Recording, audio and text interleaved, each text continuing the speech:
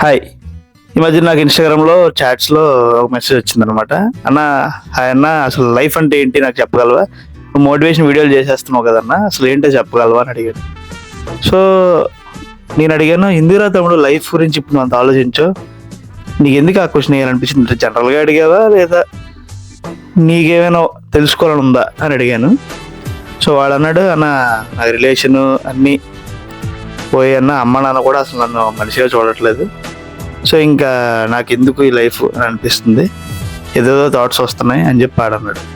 So నేనైతే వాడి కోసం వీడియో మెయిన్ చేస్తున్నాను. ఇది ఇంకెవరికైనా కనెక్ట్ అయినా సరే హ్యాపీయే.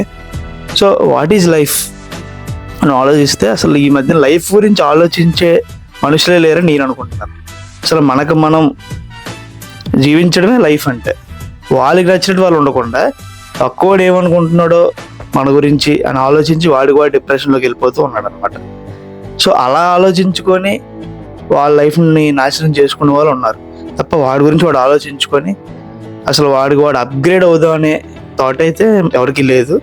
సో నేనేమనుకుంటున్నానంటే మన లైఫ్ అంటే అప్గ్రేడ్ అవడం అంటే, ఒక ఫోన్ ఎలా అయితే ఆడు కంపెనీ మార్చాడు కానీ ఆడు వర్షన్స్ మార్చుకుంటూ వెళ్తాడు అప్గ్రేడ్ చేసుకుంటూ, అలాగే మనం కూడా అప్గ్రేడ్ అవుతూ వెళ్ళాలి. సో నాకు తెలిసినంత వరకు మనం ఏం చేయాలనుకుంటే అది చేసేయాలి.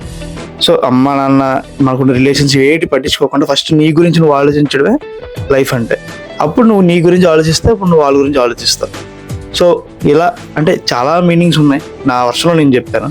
సో లైఫ్ అంటే అప్గ్రేడ్ అవ్వడమే. మనం ఇప్పుడు ఉన్న చోట అలా ఉండుకోకుండా అప్గ్రేడ్ అవుతూ అవుతూ ఉండి మనం ముందుకెళ్ళాలి తప్ప పక్కోడు ఏమనుకుంటున్నాడు మన గురించి అనుకుంటే ఆలోచిస్తే, ఇప్పుడైతే ఆడు మన గురించి ఏమనుకుంటున్నాడు అని థింకింగ్ నీలోకి వస్తే అప్పుడే మన లైఫ్ మటాస్ అయిపోతుంది. ఇదే లైఫ్ మీనింగ్ అంటే.